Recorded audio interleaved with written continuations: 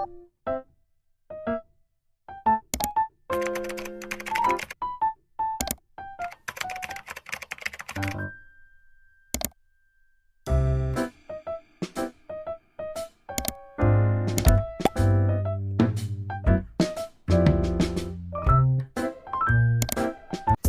is our creative presentation in Euthenics 2.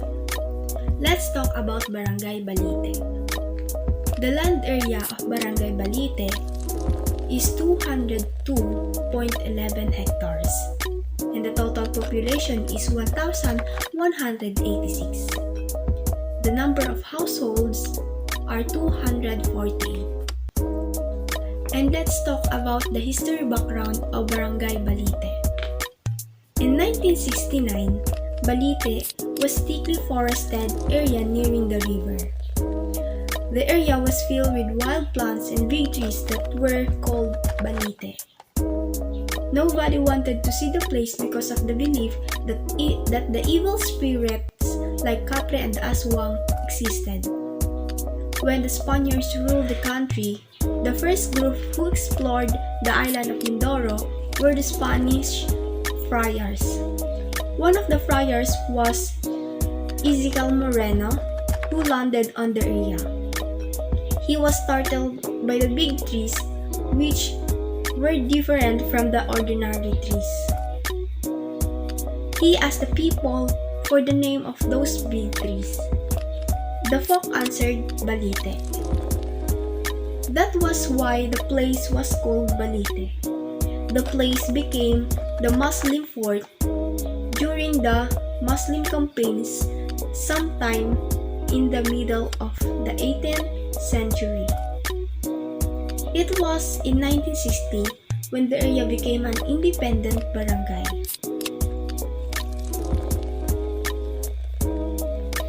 Jose Montellano was the first barrio captain, and the barangay was taken from its mother barrio, Mahal na Pangalan.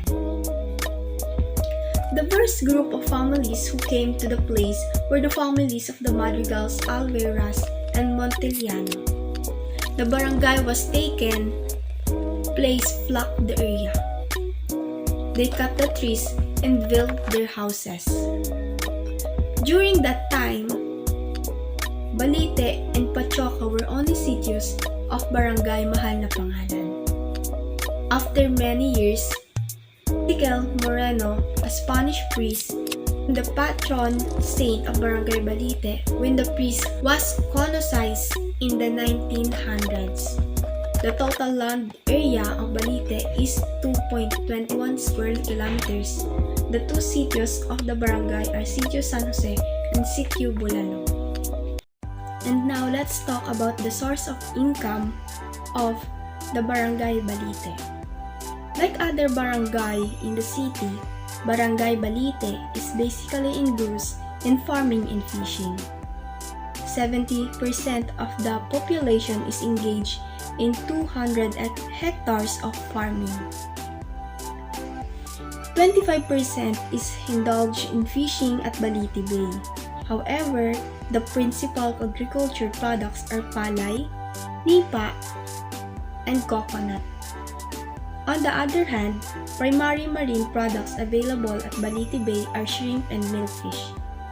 5% of the residents earn their living through sari-sari stores are sporadically located in all sitios of the barangay. People living in Dolong Balite and Cavilang Balite are laborers. Others work abroad, particularly in Hong Kong, England, and Saudi Arabia.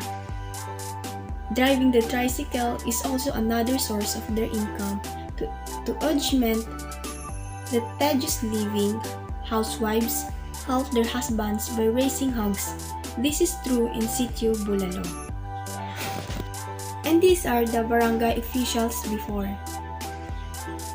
In the year of 2002-2005, the barangay captain is Cirilio B. Corona, and their councilor was Councilor Arsenio Israiray, Councilor Mario G. Monterroso, Councilor Angelica A. Abaja, Councilor Larry A. Alvarado, Councilor Nemesio A. Bajo, and Councilor Maria Rachel R. Fajardo. And the barangay officials, the latest list in the year of 2018 and 2023. The barangay chairwoman is Honorable Lalaine B. Di Castro, and their councilor was Honorable Jacqueline P. Bilena, Honorable Daniel F. Arbes, Honorable Saldi D.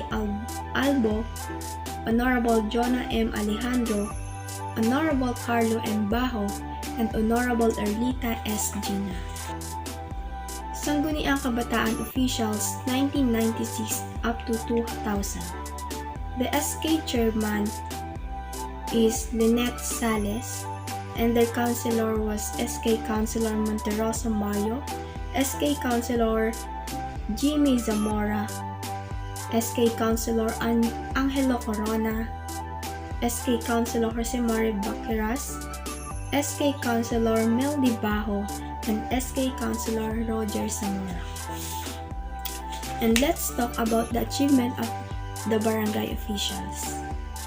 Albert Bajo, on 1995 up to 1960, was the founder of the barangay. During his term, the barangay roads were maintained and regrabed. Jose Montellano, on 1960 up to 1964, donated 5,000 square meters of land as the site of the elementary school. The initial construction of the elementary school was his noted achievement. On 1964 up to 1968, Teresa Enriquez continued construction of the elementary school initiated by Mr. Montellano. Under the administration of Barangay Captain Nemesio Bajo, on 1968 up to 1972, were the following accomplishments: construction of 3 rooms in the elementary school, construction of a basketball court located within the compound of the elementary school, installation of 2 free-flowing water system in Bulalo, construction of a concrete barangay chapel and 2 waiting sheds, 1 in Sitio San Jose and 1 in Sitio Centro, construction of light materials barangay center, putting a footbridge from Balite going to Bolalo, installation of 7 culverts, 2 in Balite proper and the rest of the school compound, installation of 20 electrical posts to Bolalo, and maintenance of peace and order in barangay. So, let's talk about the problems of the barangay. 90% of the residents are unemployed. Presumably, early marriage is the cause. Unfortunately, involvement in drug addiction is also a major problem of the barangay. And that's all. Thank you for watching.